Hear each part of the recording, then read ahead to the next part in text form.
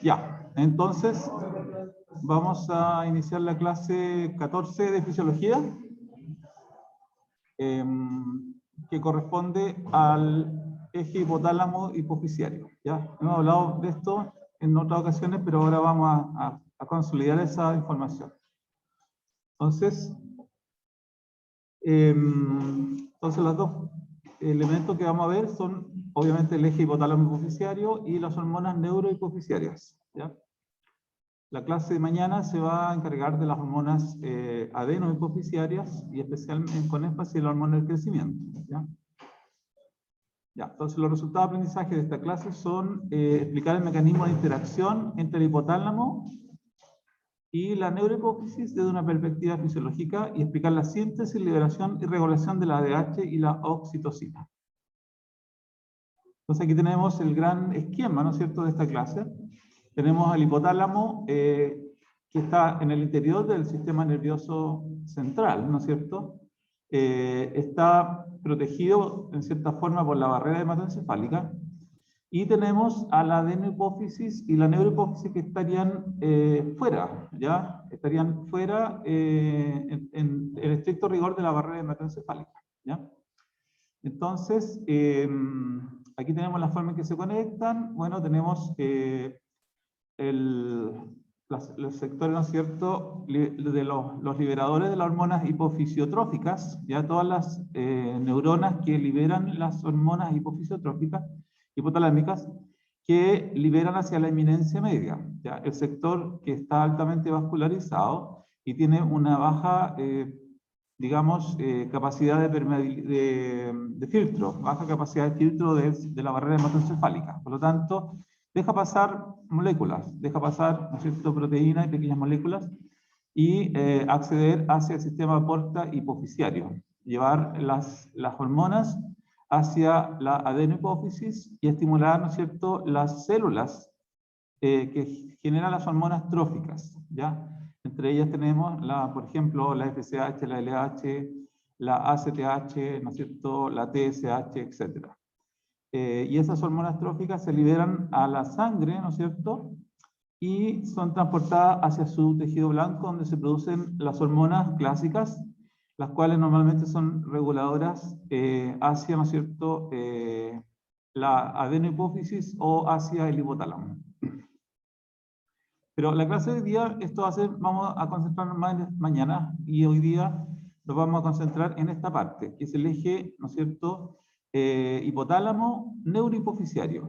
Y en este caso sería un tracto hipotalámico hipofisiario. Son axones, ¿ya?, que cruzan la eminencia media y llegan entonces hacia la neurohipófisis, y estos axones conducen de manera anterógrada, igual que como lo hemos revisado en nuestras clases, ¿no es cierto?, las hormonas entonces neurohipofisiarias son transportadas por las quinesinas, por ejemplo, hacia el terminal axónico y acumuladas, ¿ya? Son acumuladas en este sector y a medida que van siendo transportadas son procesadas, ¿ya? Son procesadas, son cortadas y adquieren un tamaño correcto. Pero quedan almacenadas en este lugar, ¿no es cierto?, en el terminal sináptico.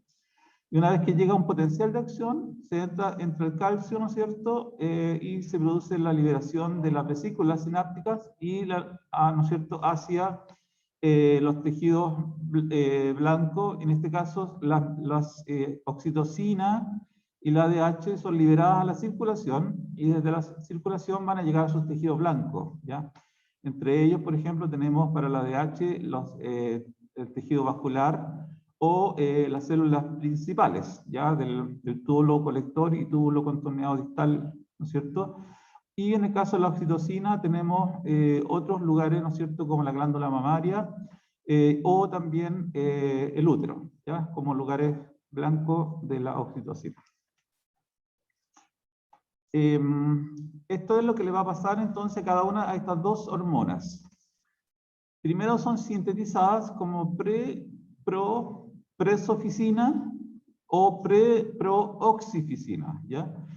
La presoficina es para la vasopresina, ya que es la ADH. Por eso se le llama preso, ya, porque tiene que ver con presión. ¿Ya? Y es pre-pro porque todavía tiene péptidos, ¿ya? Que tienen que ser cortados. Una vez que he cortado el primer péptido, ¿no es cierto?, ya se transforma en presoficina. Y una vez que se corta el segundo péptido, se transforma finalmente en la vasopresina, o ADH. Y los péptidos que van quedando son péptidos que acompañan a estas hormonas. Para el caso de la ADH, el péptido que acompaña se va a llamar neuroficina 2, y para el caso de la oxitocina es la neuroficina 1. ¿Ya? Y este procesamiento va a ocurrir durante el transporte anterógrado en el tracto hipotálamo hipofisiario, ¿ya? Que se llama clivaje de las neuroficinas y el flujo axoplásmico, ¿ya? Entonces, vamos a tener una acumulación de estas neuronas y de estos péptidos, neuropéptidos, en el terminal axónico, ¿ya?, del tracto hipotálamo hipofisiario, y cuando ocurre la señal, ¿ya?, la señal correcta para la liberación de la ADH o la oxitocina, entonces la neurona se va a activar, produce potencial de acción y se libera finalmente la hormona, ¿no es cierto?, hacia la circulación. Y va entonces llegar hacia las arteriolas o riñones, o va a llegar hacia la glándula mamaria y útero, ¿ya?, dependiendo de qué hormona es la que se va a liberar. Acá está la estructura que tienen cada uno de ellos, ya son estructuras parecidas, tienen bastante homología, ¿ya? Acá está el núcleo de mayor actividad, ¿ya? El núcleo supraóptico para la ADH y el núcleo paraventricular para la oxitocina. Como ven ustedes, son pequeños péptidos, básicamente, no es una proteína grande. Y los factores que van a estimular la secreción, por ejemplo, de la ADH, ya sabemos, ya la ADH es una hormona antidiurética, ya, por lo tanto, es lógico que, por ejemplo, una osmolaridad disminuida del suero, ya, de nuestro plasma, sea un factor inhibitorio, y que un factor estimulatorio sea un aumento de la osmolaridad, es decir, haya muchas moléculas osmóticamente activas y una proporción inferior de agua. Entonces, ¿qué hace? Esto estimula la liberación de ADH para que exista mayor volumen de agua, ¿ya? Para que la osmolaridad no suba tanto, sino que la osmolaridad se mantenga normal. Lógicamente, también otro estímulo sería la disminución del volumen, ¿ya?, del líquido extracelular. Entonces, estos dos son los mayores estimuladores de la liberación de ADH. La hiperosmolaridad y la hipovolemia, ¿ya? Esa sería la forma de decirlo. Y obviamente también existen otros estimuladores como el dolor, la náusea, la hipoglicemia, la angiotensina 2 propiamente tal, la nicotina, los opiáceos y las drogas. Y factores que lo van a inhibir, ya tenemos el etanol. Ya uno siempre se pregunta por qué cuando uno toma cerveza y cosas así, orina tanto. Bueno, quizás una de las razones es porque el etanol inhibe la ADH. Entonces, ahí tenemos, ¿no es cierto?, una diuresis mayor en presencia de etanol, ¿ya? También las agonistas alfa-adrenérgicos y el mismo péptido natriurético auricular. Ya también son factores inhibitorios de la, ¿no es cierto?, liberación de la ADH. Es bien interesante considerar que hay, por ejemplo, de esta lista que está acá, hay muchos factores que podrían estar presentes en una persona que, supongamos, está en una operación, está postoperatoria, en el postoperatorio, después de una cirugía grande, por ejemplo, ¿ya?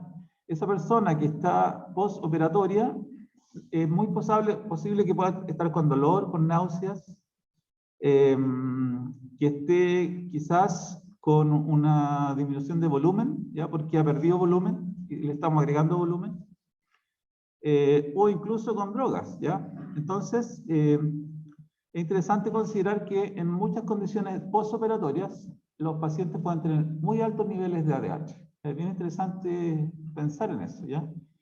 Y la manera de, ¿no es cierto?, de prever eso, por ejemplo, es también evitar lo que un tiempo se usó, es usar suero,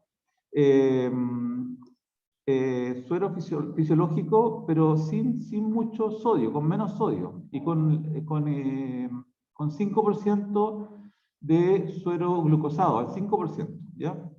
Si uno utiliza un suero glucosado al 5%, y no le agrega el sodio correspondiente, uno puede diluir mucho el sodio corporal, ¿ya? Si que le agregas suero glucosado al 5% al paciente.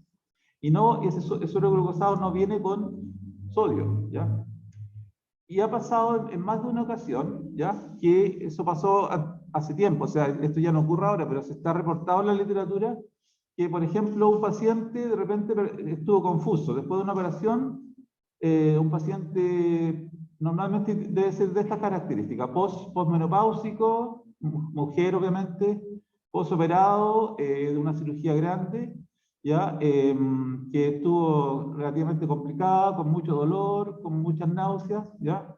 Por ejemplo, puede haber sido una cirugía biliar o algo así, ¿ya? Y esta persona, después de algunas horas de la operación, empieza a estar en un estado de confusión, confusional, un estado donde pierdes la noción del tiempo, el espacio, y empieza, por ejemplo, a tener convulsiones y cosas así, ¿ya? ¿Qué va a pasar en ese caso? Ha pasado que se dieron cuenta que el suero glucosado que le estaban echando no tenía sodio, tenía una osmolalidad normal, pero no sin sodio. Entonces lo que pasó es que hubo una hiponatremia en ese paciente, ¿ya? Y la hiponatremia, como ustedes saben, genera una encefalopatía hiponatrémica, ¿ya? Entonces la persona, obviamente, con un sodio de 120, de 110, entra en estado de coma prácticamente y puede morir, ¿ya? Con las hiponatremias, ¿ya? Porque es muy dañino para el cerebro. El cerebro estaba, obviamente, recibiendo mucho volumen, ¿no es cierto? Se estaba hinchando las neuronas se estaban aplastando contra la calota y eso era muy grave. ¿Ya? Por eso la persona estaba en ese estado confusional, delirante y estaba prácticamente entrando en estado de coma.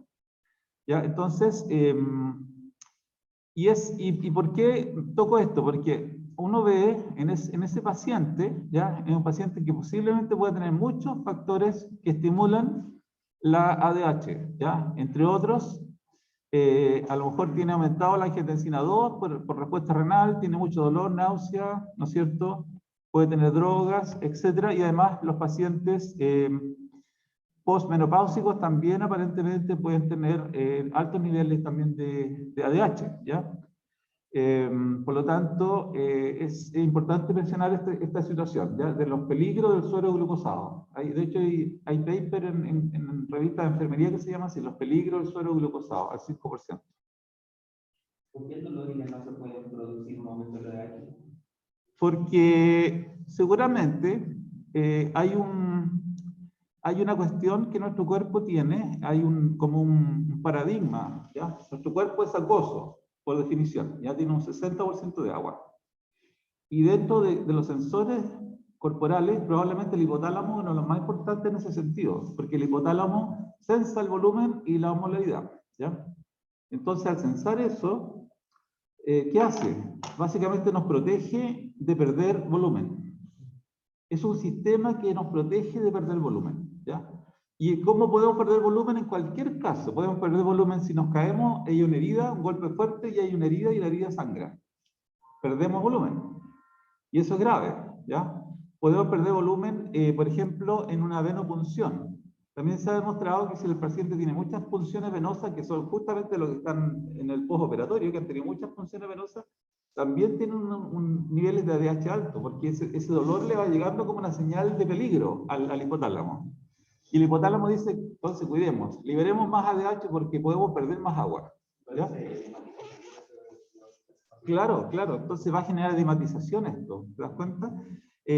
Dolores, la náusea, obviamente la náusea es el inicio del vómito, y el vómito es pérdida de volumen.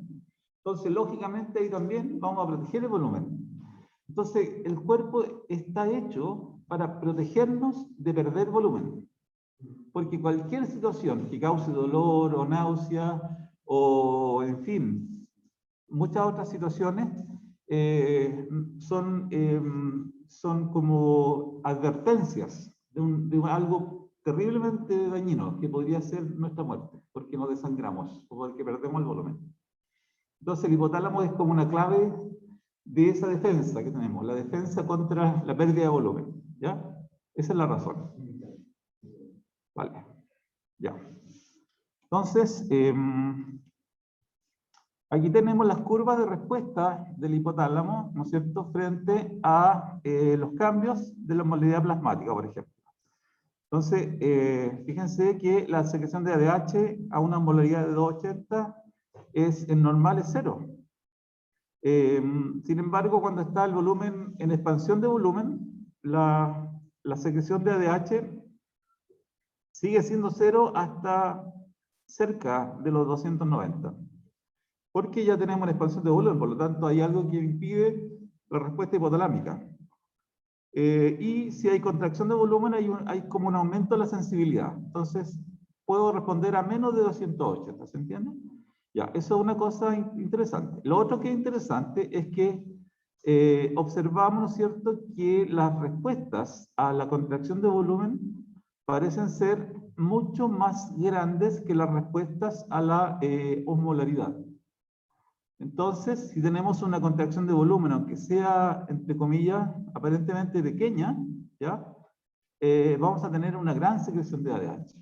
¿Ya? Eso es lo que demuestra esta curva en amarillo. Por lo tanto, los receptores hipotalámicos al volumen son más sensibles que los receptores hipotalámicos a la osmolaridad. Esa sería como la conclusión que nos saca de este gráfico que está ahí, ¿ya? También acá hay otro esquema bonito que encontré en un libro de fisiología que muestra esto. Acá tenemos el valor normal del volumen, ¿ya? ¿Y qué pasa cuando ese valor normal, o el volumen normal, o la volemia normal, ¿cierto?, se altera?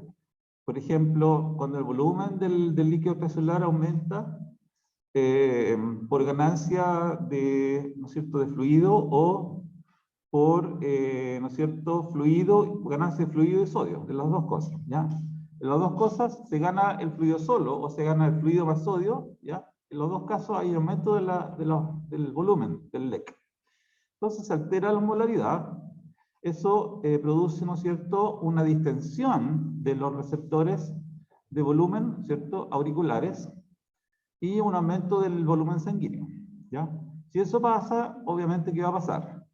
Vamos a disminuir la sed, ya tenemos volumen, por lo tanto va a haber una sensación de satisfacción, ¿no es cierto?, de plenitud respecto de la sed, por lo tanto no va a haber estímulo de la sed, va a disminuir la sed. Va a disminuir la liberación del ADH también, ¿no es cierto?, porque los receptores de volumen estamos en volumen alto, por lo tanto no están activos.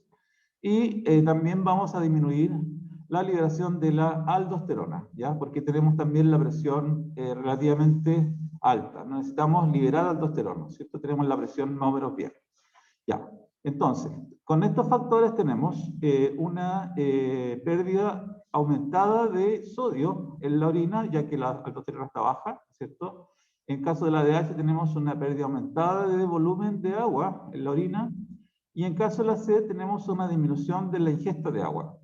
Estos factores, ¿no es cierto?, todos ellos van a contribuir a que se vuelva al valor normal del volumen, de la volemia o del LEC, ¿no es cierto?, en esta persona. La misma situación va a ocurrir cuando hay una pérdida, ¿no es cierto? Una pérdida de sodio o una pérdida de fluido. Entonces disminuye el volumen sanguíneo, disminuye la presión, ¿no es cierto? Y aquí se activa el sistema de adrenina-angiotensina-aldosterona. Y esto ya sabemos lo que va a hacer, va a producir un aumento de aldosterona. Obviamente si tenemos, ¿no es cierto?, un aumento de,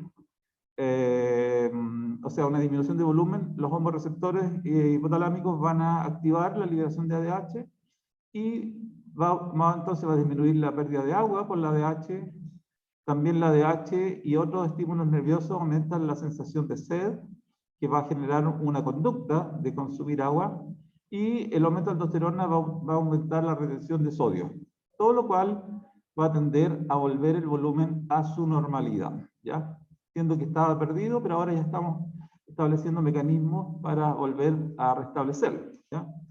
Así que me gusta el monito porque es como bien didáctico para mostrar lo que está pasando. Después, esto yo sé que lo sabemos bien, pero simplemente para completarlo, ¿no es cierto? La ADH, una vez que es liberada, ¿cierto? Por cualquiera de los estímulos que ya hemos visto, llega hacia la célula del túbulo contorneado, la célula principal, y va a producir, ¿no es cierto?, su efecto, ¿ya? Se une, obviamente, a su receptor, ¿ya? Que es un receptor de tipo, se le llama B2, receptor B2, ¿ya?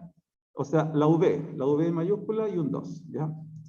En contraposición del receptor en las arteriolas, que se llama V1, ¿ya? Receptor V1 y el otro el receptor V2. ¿Ya? Este receptor V2 que va a producir entonces la liberación de AMP cíclico, la movilización de las vesículas con acobrina, la colocación de las acobrinas en la membrana, ¿no es cierto?, apical, perdón, vasolateral, ¿ya? No, es apical, sí, perdón. Es apical porque acá tenemos la unión estrecha, aquí tenemos la membrana vasolateral, ¿no es cierto? Y aquí tenemos los capilares, ya, perdón, era apical, correctamente. Entonces los acoborinas se colocan en la membrana apical y el agua puede ahora transportarse, ¿no es cierto?, desde el intersticio, ¿ya? Que sabemos que aquí hay gradiente córtico papilar, pero va a haber una gradiente osmótica suficiente para que el agua se pueda movilizar, ¿no es cierto?, desde el filtrado glomerular hacia la célula principal y desde ahí mover por otra acuaporina hacia la membrana vasolateral y desde ahí moverse por los intersticios hacia los capilares, ¿ya? Y ser finalmente, ¿no es cierto?, reabsorbida hacia la circulación, ¿ya? Entonces ahí tendremos el mecanismo que usa ADH para la reabsorción del agua, ¿no es cierto?, y evitar la diuresis. Por eso sería antidiurética, ¿no es cierto? Ya. En cambio, ¿no es cierto?, ADH a nivel de las células, ¿no es cierto?, endoteliales, células musculares, de músculo liso endotelial, va a unirse al receptor V1. ¿Se dan cuenta? Se une y va a producir entonces una activación de la proteína alfa que va a activar la fosfolipasa C, la cual ya sabemos produce fosfatidilinositol a partir del fosfatidilinositol bifosfato, produce IP3 y diacilglicerol. Diacilglicerol va a activar la proteína quinasa C, que puede abrir un canal de calcio, ¿no es cierto?, activado por voltaje. Lo puede fosforilar y activarlo. Y, ¿no es cierto?, también el IP3 se va a unir a un receptor de IP3, ya, en el retículo sarcoplasmático, el cual se convierte, ¿no es cierto?, ahora en un canal de calcio, ya, que se abre, y el calcio ahora que estaba acumulado sale hacia el sarcoplasma. Una vez que el calcio está acumulado, ya sea porque entra, ¿no es cierto?, a favor de su gradiente extracelular intracelular, o porque entra desde de las cisternas, se une al complejo calcio-calmodulina, ¿ya? Y activa la quinasa de cadena liviana de la miosina, la cual, ¿no es cierto?, adquiere motilidad y produce entonces la movilidad de la miosina sobre el filamento de actina, y se produce entonces el acortamiento del sarcómero y, ¿no es cierto?, la vasoconstricción. Entonces, ADH genera vasoconstricción.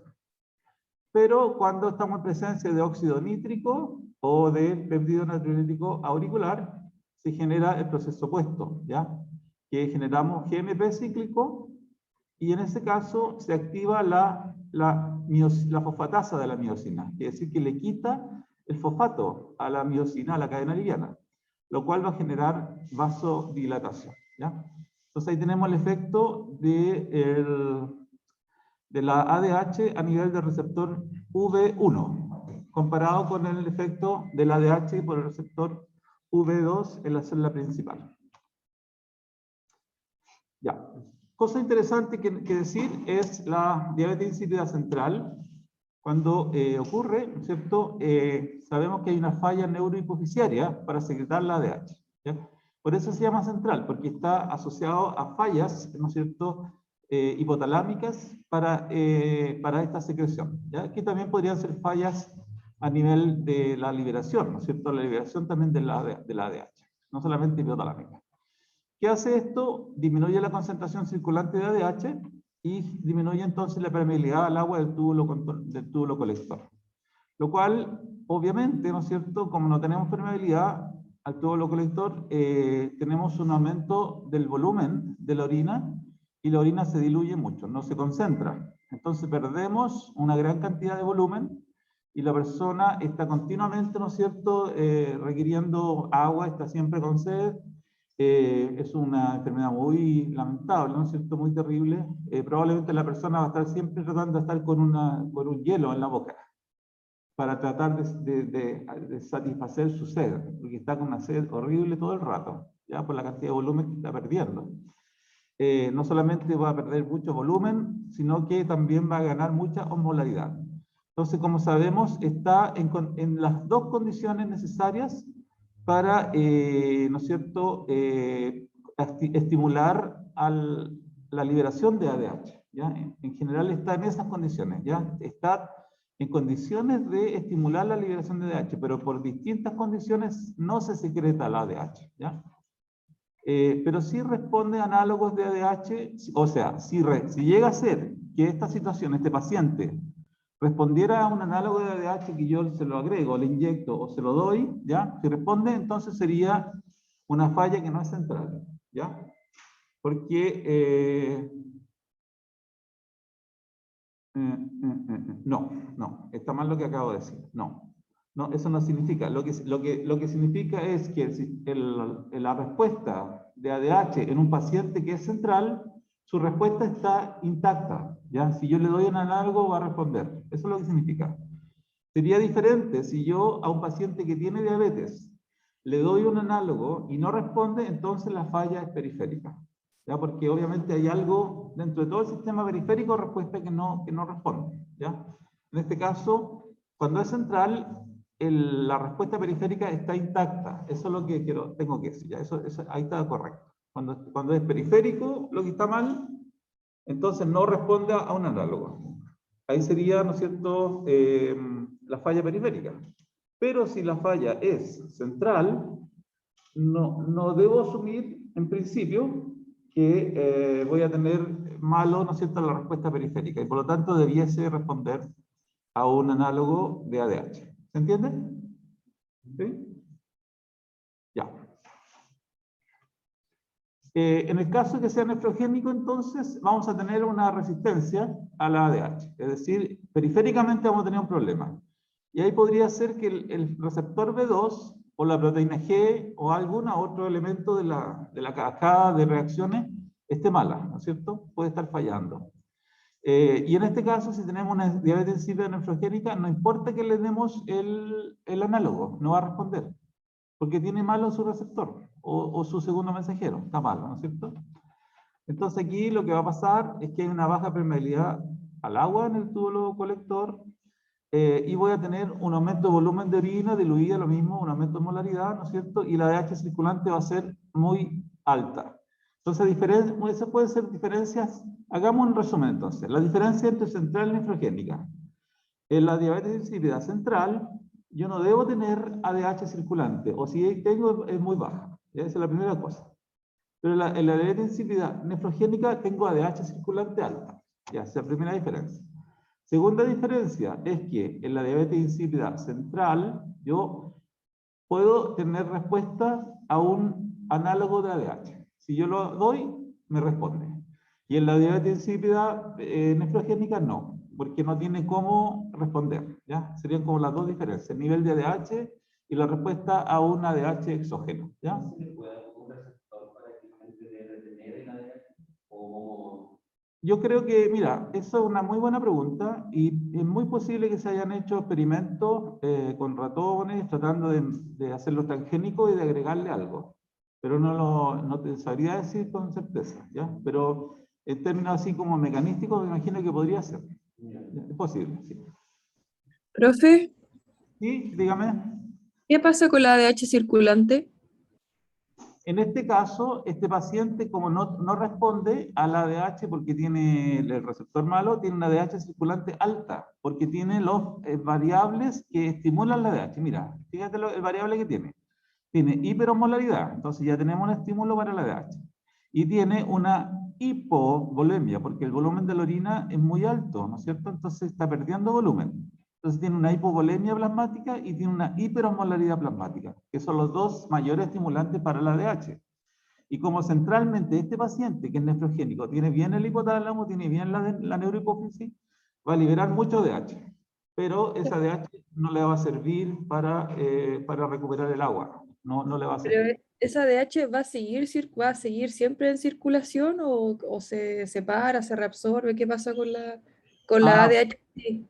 hace lo que cualquier molécula hace en nuestro cuerpo, que actúa un tiempo y, y en base a su vida media. Todas las moléculas de nuestro cuerpo tienen una vida media. Todas las hormonas, los neurotransmisores, y esa vida media tiene que ver con la exposición que tienen a una enzima que lo degrada, o la exposición que tiene al hígado, que también normalmente degrada las cosas que le llegan, las modifica, le coloca un sulfato, un acilo, un metilo, y eso ya es una señal para que eso se excrete, por ejemplo, ¿ya? Ah, ya. Entonces, va a depender de la vida media, pero otra cosa interesante, aquí uno podría decir que en este caso, como la persona tiene una ADH muy alta, es muy posible que los otros efectos, que sean efectos del receptor V1, deberían estar presentes. ¿Y qué piensan ustedes entonces en ese caso? ¿Cómo está por ejemplo, debería estar los vasos sanguíneos, dado que esto es un vasopresor? Ya, debería generar un efecto, ¿no es cierto? Yo tengo ADH muy alto. O yo debería esperar que algo esté pasando ahí con los vasos sanguíneos, ¿no es cierto? Claro, debería tener, pero recordemos que está en hipovolemia. Entonces es muy posible que a lo mejor ni siquiera la presión se regule, se logra regular, pero probablemente va a tener vasoconstricción, ¿ah? En muchos sectores. Ya, muy bien. Y lo que ya sabemos muy bien es el síndrome de la ADH inapropiada, que es, ¿no es cierto?, que es un tumor que secretaría ADH. Esto sería diferente a una ADH nefrogénica, o sea, a una diabetes insípida nefrogénica. ¿No es cierto?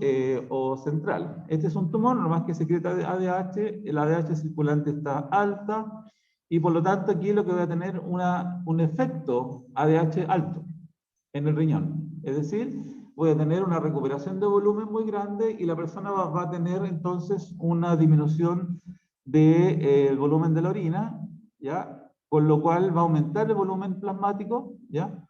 Y va a tener una disminución por efecto del mayor volumen, una caída en la osmolaridad, ¿no es cierto?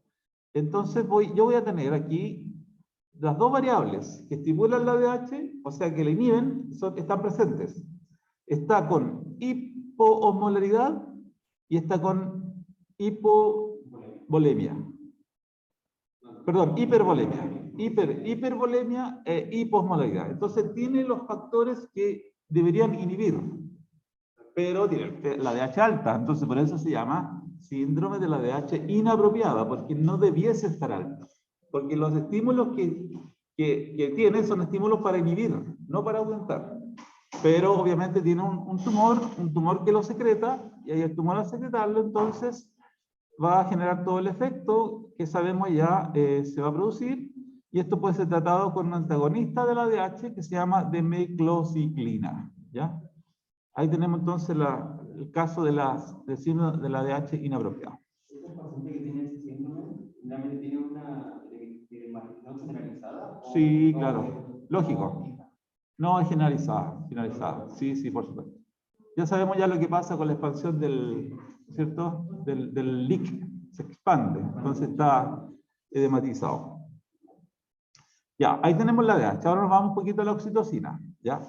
La oxitocina ya sabemos que tiene dos lugares donde va a actuar, ¿no es cierto? Va a actuar a nivel de la glándula mamaria y responde, ¿no es cierto? Entonces, la respuesta de oxitocina es una respuesta motora, ¿ya?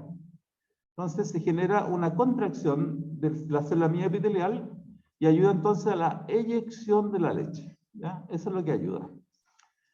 Esto se va a generar por un reflejo, ¿ya? El lactante va a succionar el pezón y esto va a generar un estímulo, ¿no es cierto?, positivo a la neurohipófisis para generar la liberación de oxitocina, se libera oxitocina y se produce la eyección de la leche, ¿ya? Lo mismo pasa cuando hay un estiramiento del cervix o al final del embarazo. También eso va a generar, ¿no es cierto?, un gran estímulo hacia los núcleos supraópticos paraventriculares que van a liberar entonces, van a ayudar a la liberación de la oxitocina, y eso va a facilitar también posteriormente la contracción del útero. Entonces son estimulantes la succión del pezón, también son estimulantes, hay otros estímulos, como el miedo, el dolor, el ruido, la fiebre, son estímulos que son, en este caso, son negativos. Estos son estímulos inhibitorios, ¿ya? Por ejemplo, una madre que tiene mucho miedo, mucho dolor, en fin, o fiebre, no va a producir leche, ¿ya? Uno puede, yo conozco a muchas personas, obviamente todos ustedes también, a muchas personas que algunas de ellas han amamantado y otras no han podido amamantar, ¿ya? Entonces hay muchas causas. Sí. Pero es necesario que para que pueda producirse leche haya habido un embarazo previo o no es necesario. No, no es necesario el embarazo para la producción de leche. De hecho, un paciente con un prolactinoma puede producir leche.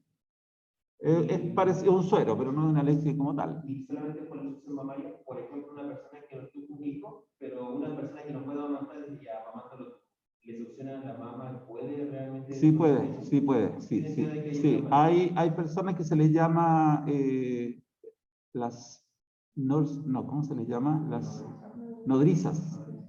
Hay personas que son nodrizas y son personas que no están embarazadas y le pasan la guagua y la guagua le succiona y le sale leche. Increíblemente. O sea, no es el embarazo, no es el embarazo, no requiere todo el embarazo. Lo que se requiere es que la glándula mamaria esté bien desarrollada y ocurra la succión. Yo creo que esas dos cosas son necesarias. Si esas dos cosas ocurren, la persona produce leche. Ahora, si tiene un prolactinoma, también ayuda. ¿Y qué estímulo aumenta la síntesis de prolactina? Aumentar la síntesis de prolactina. Tenemos me parece que la dopamina es inhibitoria. Sí, la dopamina es inhibitoria. Tendría que ser el estímulo, me parece que es el mismo estímulo que estimula la hormona del crecimiento. Es el mismo, son de la misma familia y están regulados por el mismo del gen GH-RH. Entonces estimula la prolactina GH-RH también.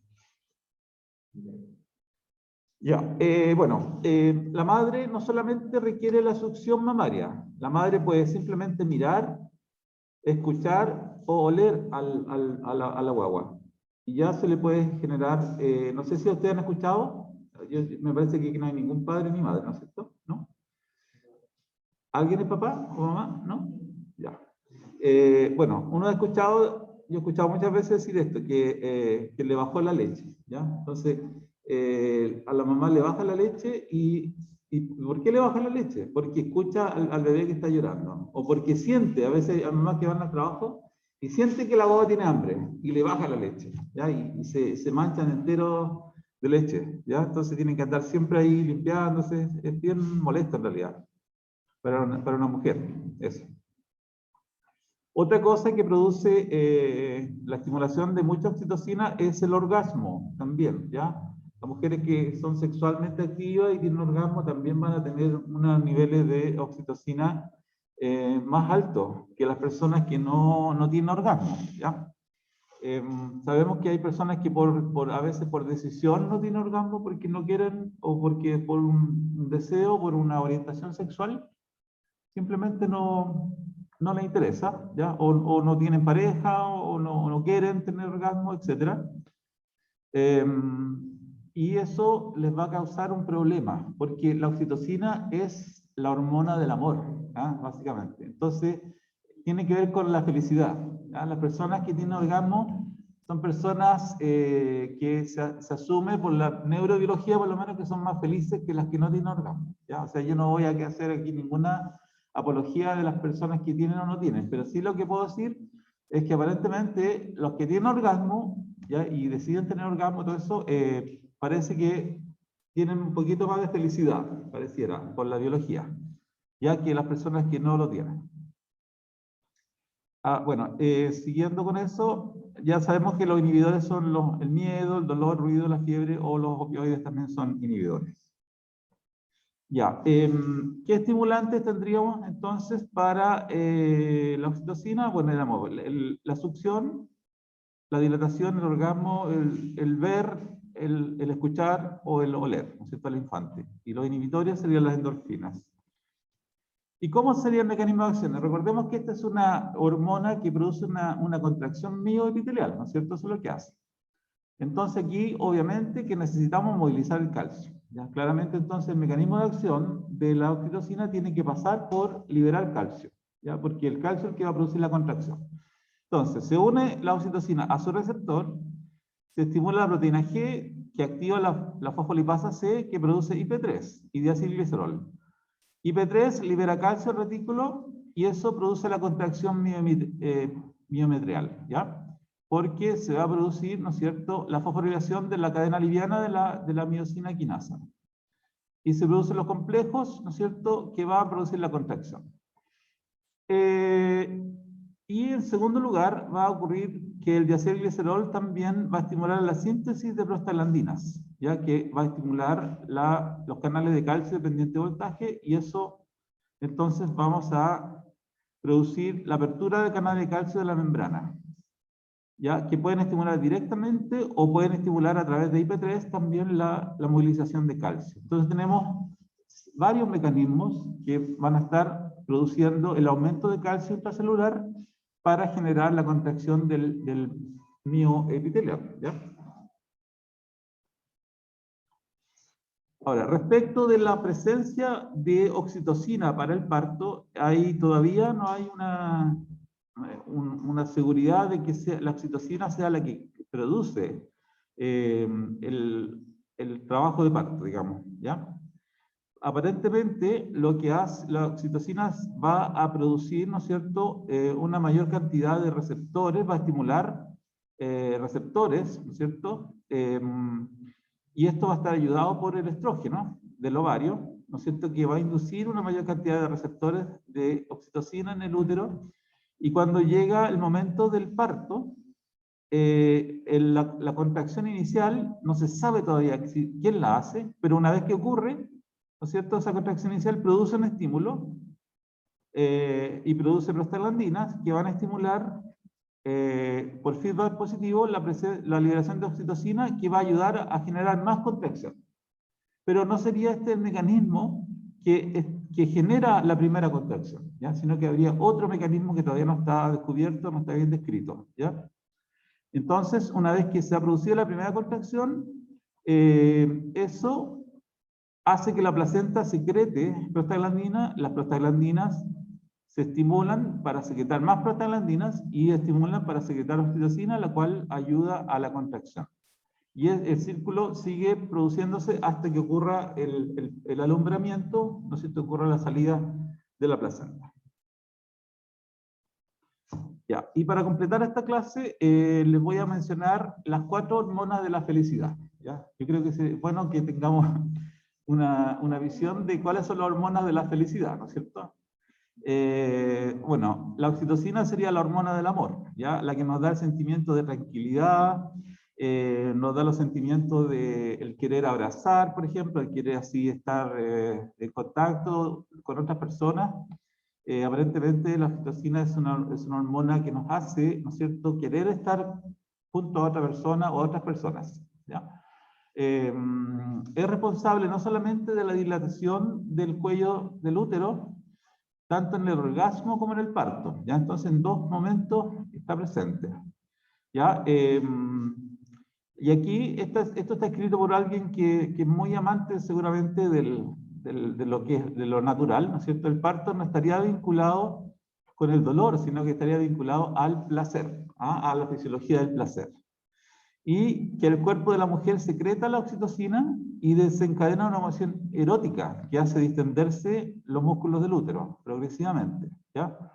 Al contrario que la oxitocina sintética, que lo hace en bloque y produce dolores, ¿ya? Entonces la oxitocina normal va a producir, ¿no es cierto?, una emoción erótica que no sería producida por la oxitocina sintética, ¿ya?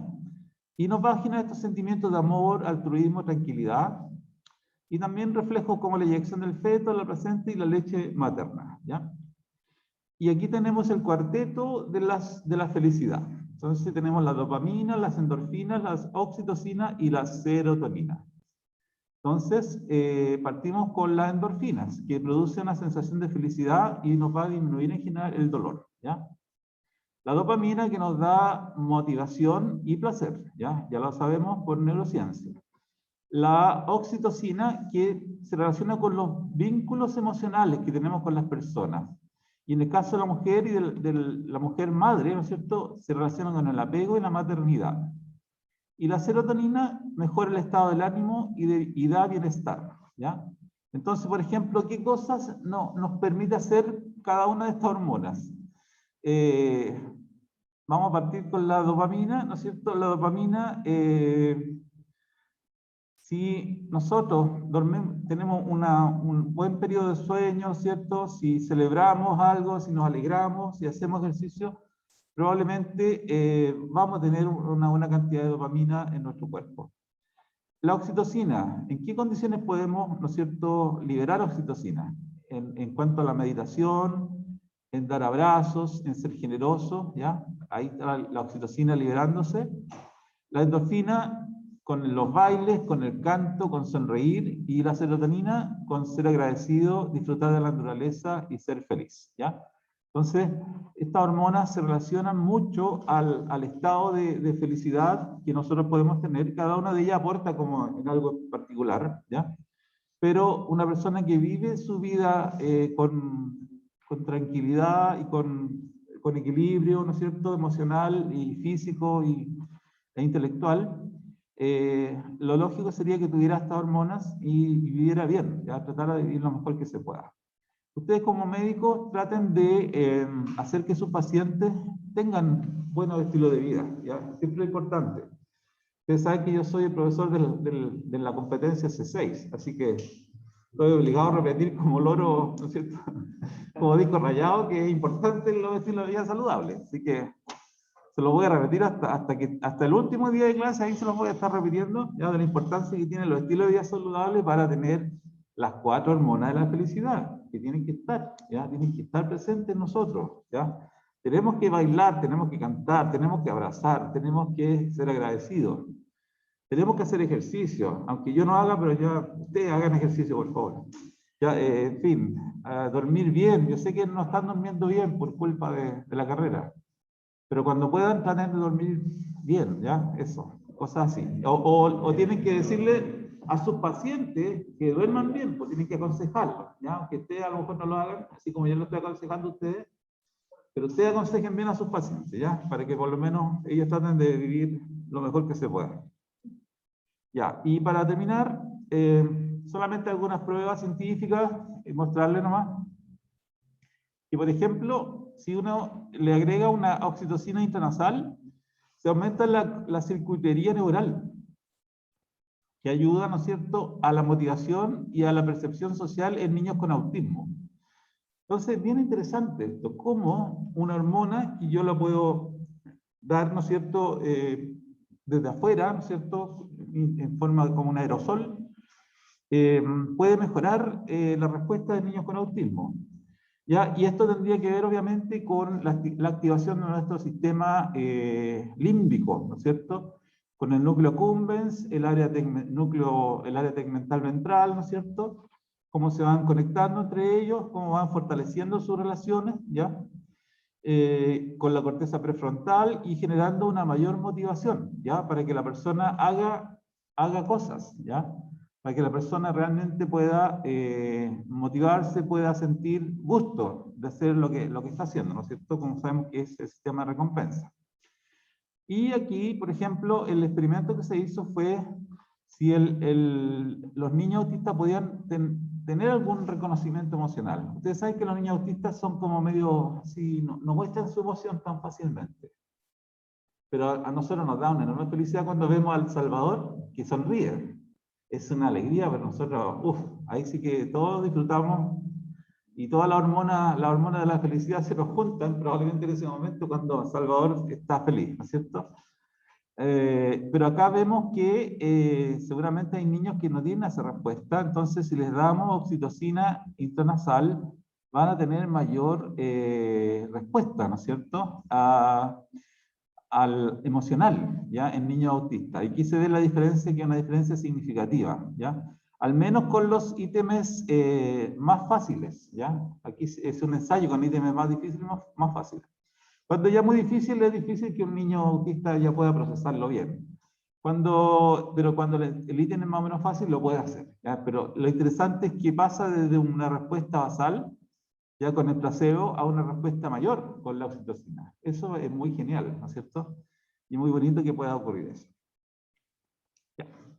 Eso sería, entonces, vamos a dejar de grabar. No sé si hay alguna consulta, chiquillos. ¿Alguien del grupo que está afuera? ¿Consultas?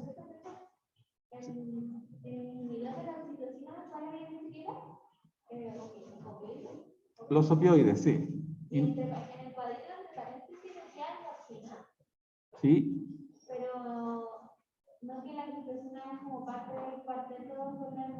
Sí, pero se autorregulan.